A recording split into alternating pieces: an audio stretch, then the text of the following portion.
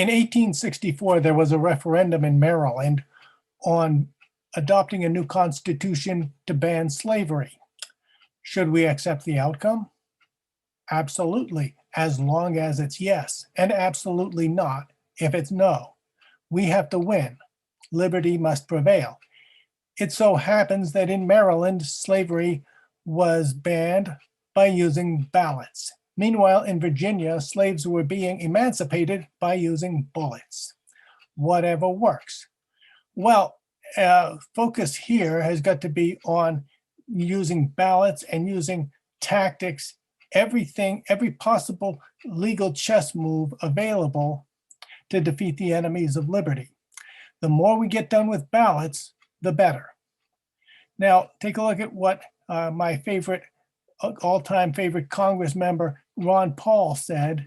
The true patriot is motivated by a sense of responsibility, and out of self-interest for himself, his family, and the future of his country, to resist government abuse of power. He rejects the notion that patriotism means obedience to the state. Resistance need not be violent, but the civil disobedience that might be required involves confrontation with the state and invites possible imprisonment.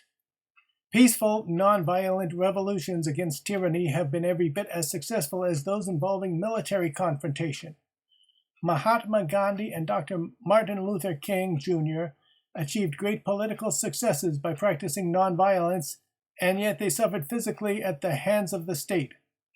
But whether the resistance against government tyrants is nonviolent or physically violent, the effort to overthrow state oppression qualifies as true patriotism. That's Ron Paul in the Congressional Record, 22 May 2007, page H5610.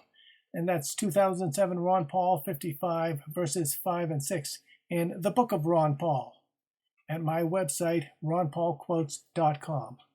It's important to realize that you're not fighting back against the enemy one bit by drinking too much alcohol. And you're worth a lot more to the liberty movement if you don't become an alcoholic. Now take a look at the Black Lives Matter people. A lot of them only care that a black human was killed by a white cop, no matter what the story was. Even if the black human was holding a knife and lunging at somebody with the knife, and the cop shoots the black human dead. I mean, no matter how wrong the human was, no matter how much the use of deadly force was justified, they just go out and protest, and they lose a lot of their credibility that way. And also, when they go out and protest, not all of them are peaceful.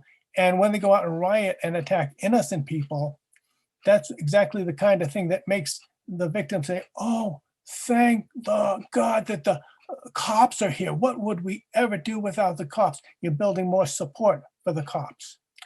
Now, what you got to remember also, you're not fighting back by drinking and driving. Sure, you could hit some state senator who supports tougher underage drinking laws, but all they're doing is babbling and scribbling anyway. One of them makes a motion to amend a motion, and another one will scribble an autograph on a document.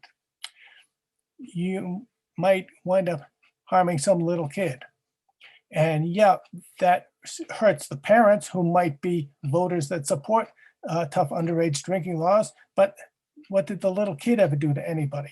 And besides, the crazy people have a right to their wrong opinions. Got to look over the chessboard. They have a right to hold wrong opinions. Abolitionists ran into the same issue. Sure, the crazy people have a right to their wrong opinion, but holding wrong opinions never entitled anybody to keep slaves. So don't drink too much. Don't be an alcoholic. You're worth more to the liberty movement by sticking around and looking over the chessboard for every possible opportunity to make the enemies of liberty wish they had backed off.